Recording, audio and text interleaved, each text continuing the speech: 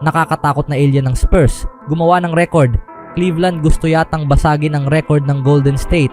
At Stephen Curry hindi pala nagustuhan ang ginawa ni Klay, binisto ni Green. Ngunit bago ang lahat, kung gusto nyo ng matibay na basketball shoes, Curry shoes, mabibili lamang sa halagang $2,499. I-click lamang ang link sa comment section.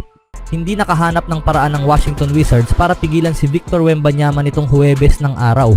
Ang star ng San Antonio Spurs ay nagtala ng career high na 50 points sa kanilang panalo kontra Wizards, 139-130 in Frostbank Center. Ito ang pinakamahusay na laro ni Wembanyama sa kanyang maagang karera na nilampasan ang dati niyang record na 40 points. Tumira siya ng 8 3-pointers at nag-shoot ng 18 of 29 from the field.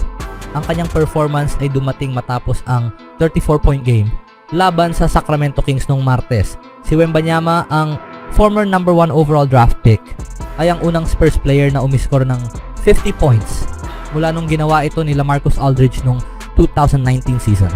Siya rin ang pang-apat na pinakabatang manlalaro sa kasaysayan ng NBA na nakapagtala ng 50 puntos sa isang laro, kasunod ni na Devin Booker, LeBron James at Brandon Jennings. Nagtabla ang dalawang koponan sa unang kalahati papasok sa locker room sa iskor na 67-67. Subalit sa ikatlong quarter, tuluyang binuksan ng Spurs ang laro. Halos na doble nila ang puntos ng Wizards sa quarter at nagtapos ng period sa pamamagitan ng malupit na 23-7 run.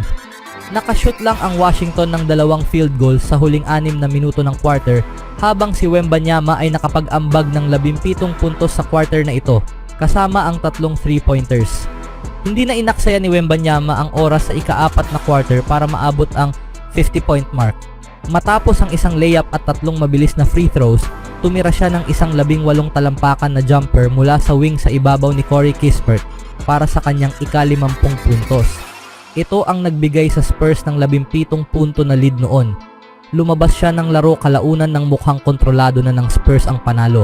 Ngunit bumalik siya matapos mabawasan ng Wizards ang lamang sa 10 puntos, may natitirang 5 minuto upang tuluyang tapusin ang laban sa 9 puntos na pagkapanalo. Pinangunahan ni Jordan Poole ang Wizards na may 42 puntos sa pagkatalo, kasama ang 6 na 3-pointers mula sa 9 na tira.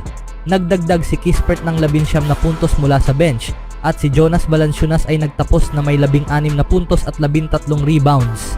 Natalo ang Wizards sa kanilang ika-6 na sunod na laro at kasalukuyang may record na 2-8 for the season. Wala pa ring head coach ang Spurs na si Greg Popovich, na pinapalitan pansamantala ni Coach Mitch Johnson. Ipinahayag ng team noong Miyerkules na si Popovich ay nagkaroon ng mild stroke ngayong buwan at inaasahang ganap na makaka-recover, bagaman wala pang eksaktong petsa ng kanyang pagbabalik.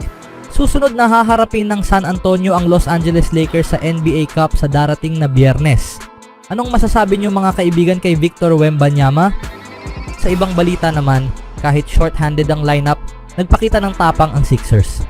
Ngunit nanaig ang Cleveland Cavaliers nitong Huwebes, humabol mula sa 54-48 sa halftime para talunin ang Philadelphia sa iskor na 114-106. Sa panalong ito, umangat ang Cavaliers sa 13-0 record na nagbibigay sa kanila ng ika-6 na pinakamahusay na panimula sa kasaysayan ng NBA. Isang panalo na lang ang kailangan ng Cavaliers para itabla ang ika-4 na pinakamahusay na simula sa liga. Ang 2002-2003 Dallas Mavericks and 1957-1958 Boston Celtics ay parehong nagsimula sa 14-0 record.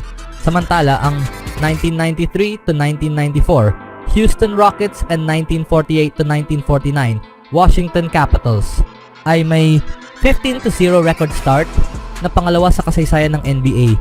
Malayo pa ang kailangan nilang tahakin para maabot ang all-time record, ang 2015-16 Golden State Warriors sa pangunguna ni Stephen Curry ay nagkaroon ng 24-0 record sa simula patungo sa 73-9 campaign, ang may pinakamaraming panalo sa regular season sa kasaysayan ng NBA. Gayunpaman, ang historical na season na iyon ay hindi nagtapos sa kampyonato. Ang Cavaliers sa pangunguna ni LeBron James ay tinalo ang Warriors sa NBA Finals ng taon na iyon para sa kaisa-isang kampyonato ng prangkisa. Sa ngayon, masisiyahan ang mga kasalukuyang Cavs sa kanilang sariling bahagi ng kasaysayan sa mainit nilang panimula na hindi inaasahan ng marami. Pinangunahan ni Darius Garland ang Cleveland sa isang 13 puntos sa ikatlong quarter para palakasin ang kanilang paghabol mula sa mabagal na unang kalahati. Tinapos niya ang laro na may 25 puntos, 6 na assists at 5 rebounds. Si Donovan Mitchell ay nakabawi mula sa mabagal na simula sa shooting at nagtapos ng 1 assist na lang ang kulang para sa triple-double. Pinasok niya ang 3 3-pointers sa huling 3 minuto ng laro para palawakin ang lamang ng Cavs at pigilan ang huling pagsugod ng Sixers. Natapos siya na may 23 puntos, 13 rebounds at 9 na assists. Sila ni Garland ang naging susi sa hindi pa natatalong record ng Cleveland kasama si Evan Mobley na kasalukuyang nasa pinakamagandang season ng kanyang karera simula nang maging bahagi ng Cavaliers bilang pangatlong pick sa 2021 NBA Draft. Nag-ambag si Mobley ng 14 na puntos, 7 rebounds, 1 steal at 1 block. Nag-shoot ang Cavs ng 49.4% from the field and 16 of 40 from the 3-point range. Samantala, naglaro ang Sixers gamit ang pansamantalang starting lineup dahil wala ang kanilang mga all-stars na sina Joel Embiid, Paul George at Tyrese Maxey. Huling minuto ring hindi nakalaro si backup center Andre Drummond dahil sa karamdaman. Wala sina Embiid at George para sa injury management sa ikalawang sunod na laro ng back-to-back. Pareho silang naglaro noong Martes sa pagkatalo nila sa New York Knicks kung saan ginawa ni Embiid ang kanyang season debut. Si Maxey ay hindi nakalaro dahil sa injury sa hamstring na inaasahang magpapa-sideline sa kanya ng ilang linggo. Ano sa tingin niyo mga kaibigan? Malalagpasan kaya ng Cleveland ang record ng Warriors? Speaking of Warriors, nanalo ang Golden State Warriors laban sa Dallas Mavericks sa score na 120-117. Sa araw sa pagbabalik ni Klay Thompson sa Bay Area matapos niyang lumipat sa Mavericks ngayong tag-init, nakita ni Klay si Stephen Curry na dominahin ang laro at maagaw ang panalo mula sa Mavericks. Sa kanyang podcast, ibinunyag ni Draymond Green kay Baron Davis na si Klay ang nagpasiklab kay Curry para sa laban dahil hindi tumugon si Klay kay Steph nang subukan nitong kontakin ang dating kakampi sa Warriors na kasama niya sa loob ng 13 taon. Si Steph sana ang magsasalita bago ang laro. Sabi niya, "Oo, tinawagan ko si Raymond at sinabi kong hindi ako magsasalita. Kailangan ko lang mag-focus sa laro, kaya hindi na ako magsasalita at nakausap ko si Klay tungkol dito."